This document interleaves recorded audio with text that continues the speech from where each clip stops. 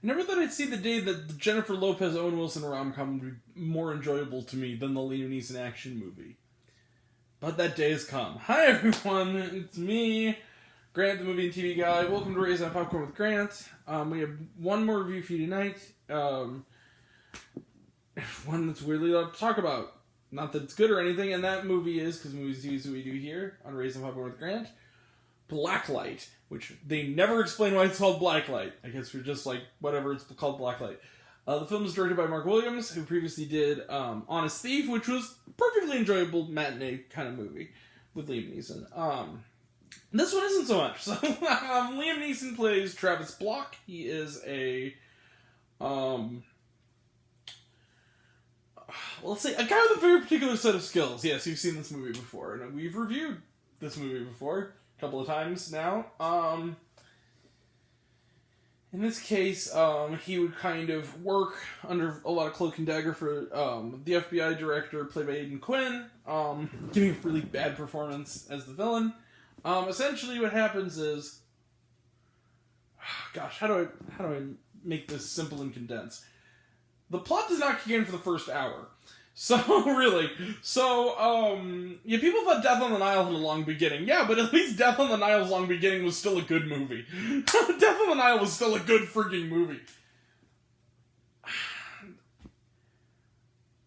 This guy named Dusty, who has really nothing to do with Liam Neeson's Travis Block, who's a terrible character and really annoying,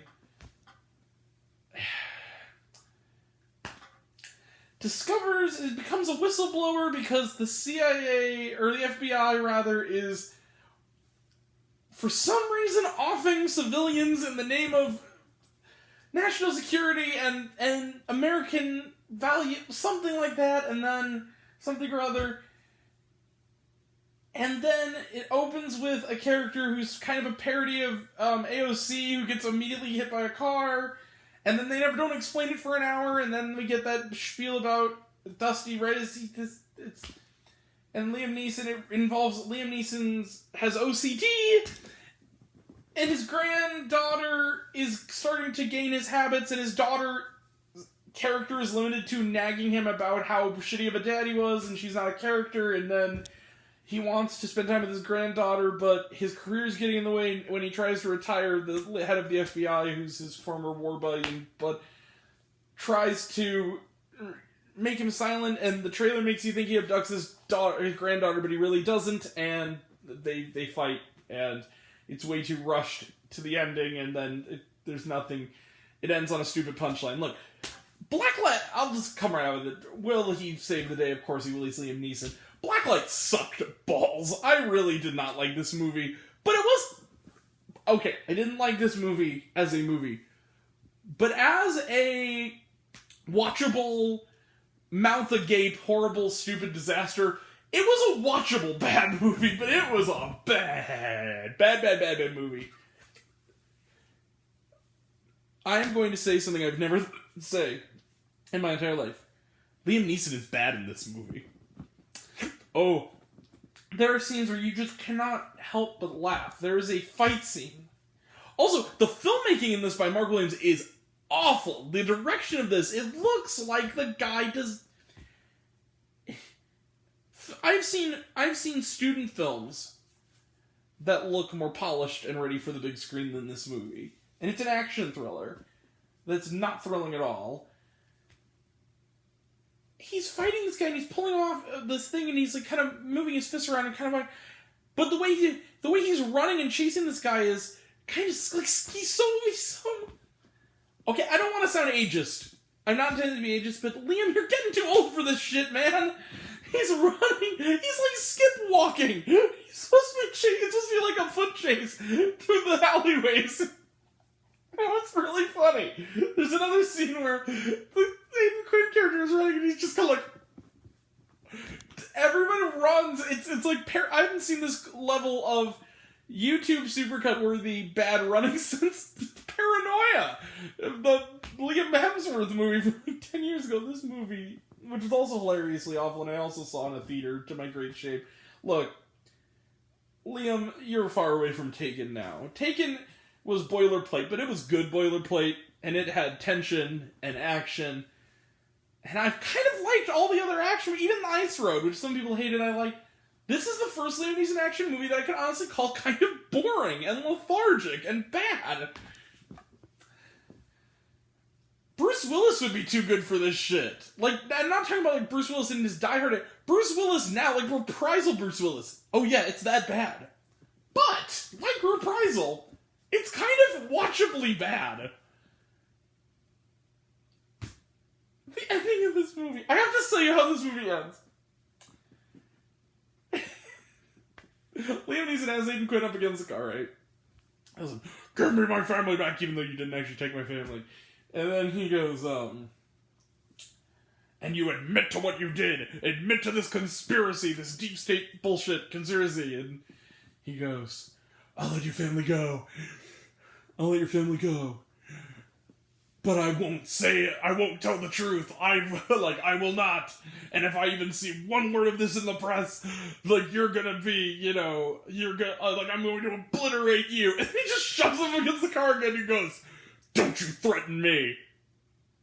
And then the next scene, he's in the paper being arrested for his crimes, and he and his granddaughter live happily ever after.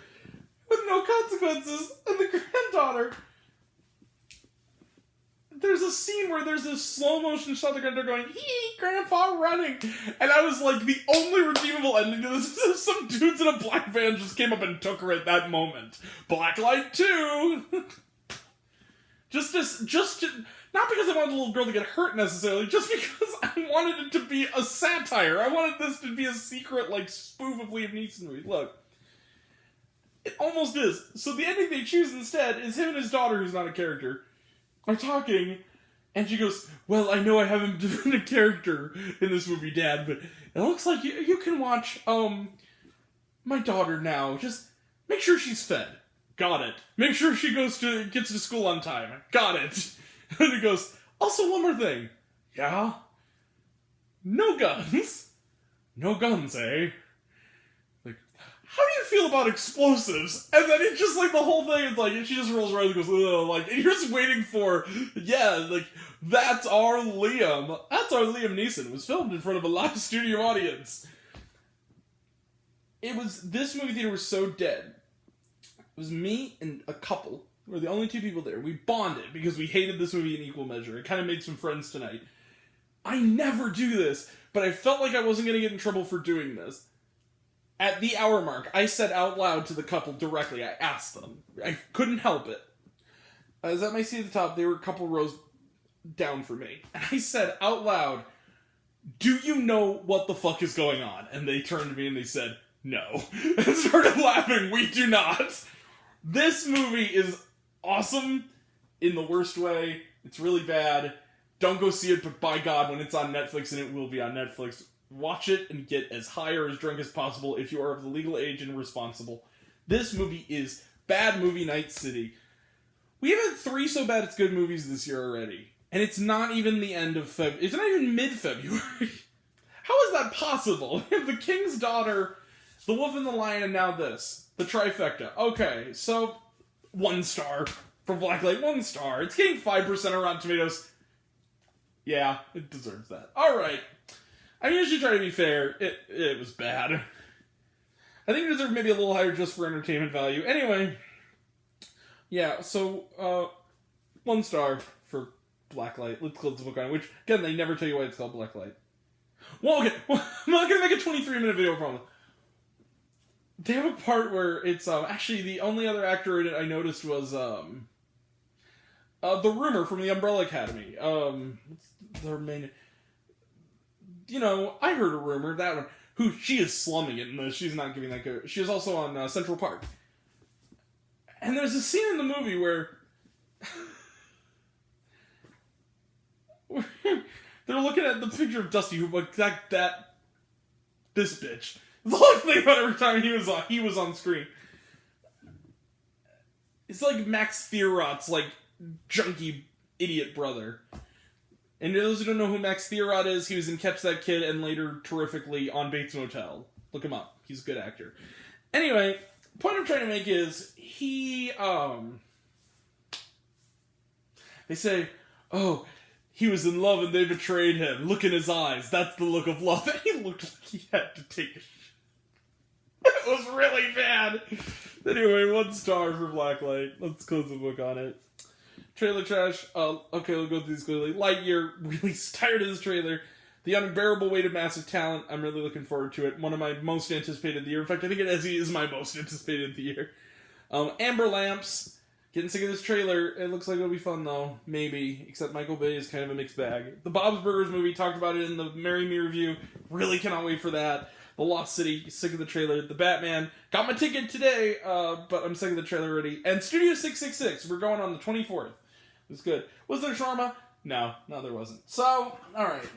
We will be back tomorrow for, Kimmy and I Want You Back. And then Saturday for The Sky Is Everywhere and The In-Between. And then Monday we have an early review of Dog and Uncharted on next Thursday and more to come. So that'll all be next time. And until next time, I'm Grant the Movie and TV Guy. I see it all. I'm happy to share it with you. Alright. I love you all. I appreciate you all. I'm a class dismissed. I love you 3000. Be kind to one another. If you like this video, give it a like if you want to. Give it a subscribe if you want to. Give it the bell. I don't know what it does. That's supposed to do. Or so I've been told. Want to find me on Twitter? Reviews, listen to other fun stuff. You can check me out on Letterboxd.com at RaisedOnPopcorn with Grant. Some of you already have, but even if you haven't, take care of yourself. Take care of your mental health. It's incredibly important. And I'll see you next time. And until we meet again, always remember, we were all raised on popcorn. Make mine with extra butter. And catch you next time. See ya. Take care. Bye. Happy Valentine's Day.